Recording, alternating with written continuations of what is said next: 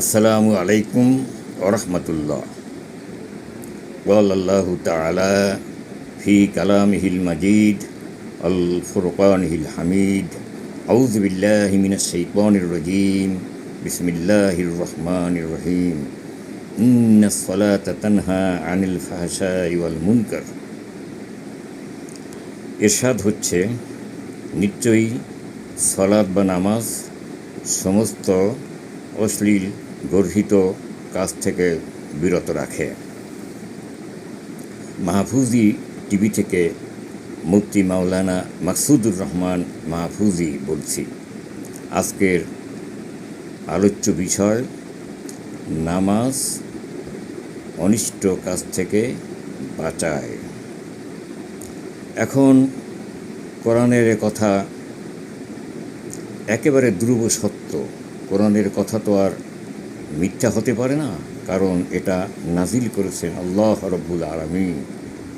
কিন্তু আমরা সমাজে দেখি অনেকে সালাহ আদায় করে, নামাজ আদায় করে, আবার খারাপ কাজও করে।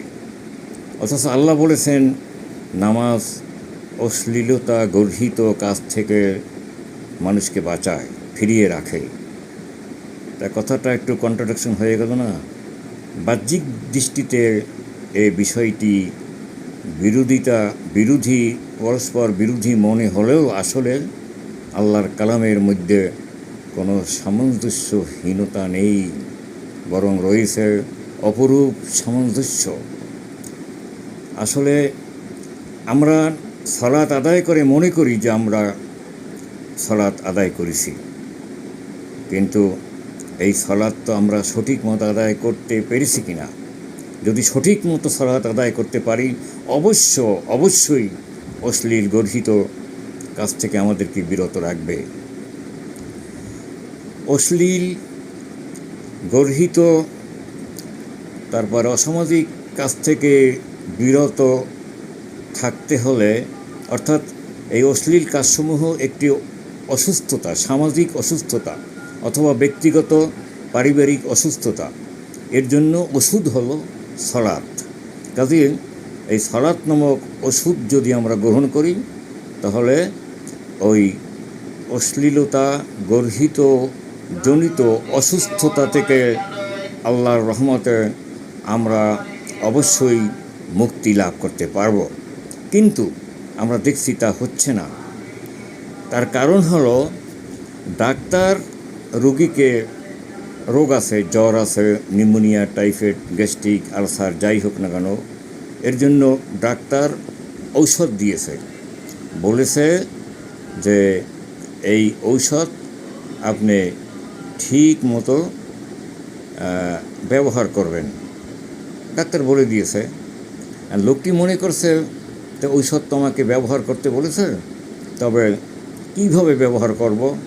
উনি ঔষধগুলো গুঁড়ি করে সমস্ত শরীরে মেখে দিল, ব্যবহার হয়ে গেছে। সে মনে করছে পোশাক যেমন ব্যবহার করি, আর ওষুধও এভাবে ব্যবহার করতে হবে। ডাক্তার এক সপ্তাহ পরে সে জিজ্ঞেস করে, কি আপনার অসুস্থতা কেমন? না, কিচ্ছু কাজ হয় নাই। ওষুধ ঠিকমতো ব্যবহার করেছেন? হ্যাঁ, ব্যবহার তো করেছি। তো কীভাবে করেছেন? বলে যে ওষুধগুলো গুঁড়ি করে সমস্ত শরীরে মেখেছি। আসলে ওষুধ ব্যবহার অর্থ কী বুঝতে হবে। পোশাক ব্যবহার আর ওষুধ ব্যবহার তো এক কথা না। ডাক্তার হয়তো ওখানে একটু সাংকেতিক শব্দ ব্যবহার করেছে, যে বলেছে ব্যবহার করেন। এই অর্থ হলো এটা আমরা পান করব বা খাবো, কিন্তু সে এই জিনিসটি বুঝতে পারে নাই। না বুঝে সে ঔষধকে ভিন্ন খাতে সে বিকৃত উপায়ে ব্যবহার করেছে। কি বলেন, রোগ কি ভালো হবে? ঠিক আমরা যে সালাহ আদায় করি, সালাহ বা নামাজ আদায় করি, এটা আমরা সঠিক মতো আদায় করতে পারি না দেখেই এই সালাত আমাদেরকে খারাপ কাজ থেকে ফিরাতে সক্ষম হয় না।